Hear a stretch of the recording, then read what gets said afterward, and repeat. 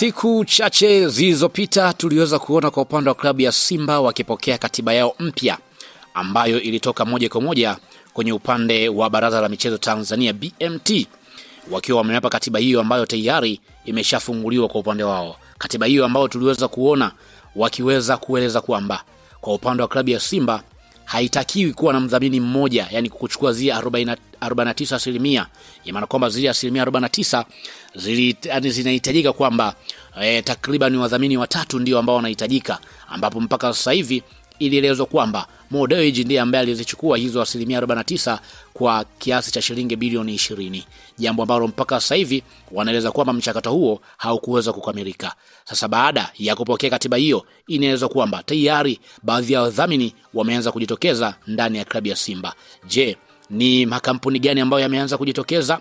Utakwenda kufahamu hapa, lakini kabla sijakupatia taarifa hii nikukumbushe, hii hapa ni Swahili Media. Kama bado hujaweza kusubscribe, basi nikuombe subscribe ili tuwe pamoja siku zote. Mimi naitwa Chicharito, karibu tuweze kuangazia taarifa hii kiundani zaidi. Klabu ya Simba imeingia kwenye hatua mpya ya kihistoria baada ya taarifa kuibuka kuwa mchakato wa kuwapata wawekezaji wapya umeshika kasi, huku makampuni makubwa yakitajwa kuweka mezani mabilioni ya fedha ili kununua hisa ndani ya klabu hiyo. Taarifa za ndani kabisa zinaweza kuwa kampuni ya kimataifa ya usafirishaji wa bandari DP World pamoja na kampuni ya kimataifa ya masuala ya usafirishaji wa baharini Silent Ocean zimeonyesha nia thabiti ya kuwekeza ndani ya klabu ya Simba kwa kununua sehemu za hisa za klabu hiyo. Baada ya mabadiliko ya mfumo wa uendeshaji kutoka ule wa wanachama kwenda kwa muundo wa kampuni Simba Sports Club Company Limited, klabu imekuwa wazi kwa wawekezaji kununua hisa kwa mujibu wa makubaliano maalumu. Hatua hii inalenga kwamba kuimarisha mtaji wa klabu, lakini pia kuweka miundo mbinu ya kisasa, lakini pia kuongeza ushindani kimataifa hasa kwenye upande wa klabu bingwa barani Afrika, lakini pia kuboresha mishahara na ustawi wa wachezaji. Vyanzo vya karibu na mazungumzo hayo vinaeleza kwamba kuna kiasi ambacho kinatajwa ambacho kinaweza kuingia ndani ya klabu ya Simba, lakini pia kikiingia kiasi hicho itawapa urahisi kwenye upande wa ununuzi wa wachezaji wa kiwango cha juu, ujenzi au ukarabati wa kituo cha kisasa cha mazoezi, lakini pia kuimarisha kitengo cha masoko na biashara.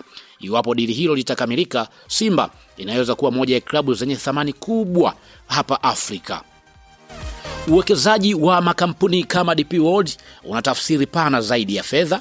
Ni ishara ya kuaminika kwa brand ya Simba kimataifa, lakini pia kuvutia soko la kimataifa, kuongeza fursa za ushirikiano wa kimataifa, lakini pia kwa mashabiki. Hii ni hatua inayoweza kuibadilisha Simba kuwa klabu ya kisasa yenye ushindani wa kweli barani Afrika. Mitandaoni mjadala umechukua sura mbili. Wapo wanaunga mkono wakiamini uwekezaji ni suluhisho la mafanikio ya muda mrefu.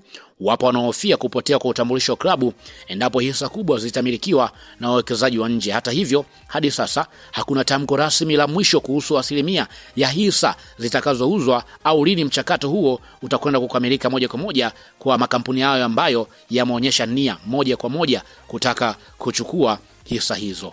Maana kwamba muda wote kuanzia sasa mambo yatakwenda kukamilika, na kwa upande wa klabu ya Simba inatajwa kuingia kwenye mchakato huu ikiwa na muunganiko mzuri zaidi hasa kwenye uongozi. Kwa upande wa klabu ya Simba wanaona sasa ni fursa kwa upande wao kutokana na katiba mpya ambayo imetoka serikalini.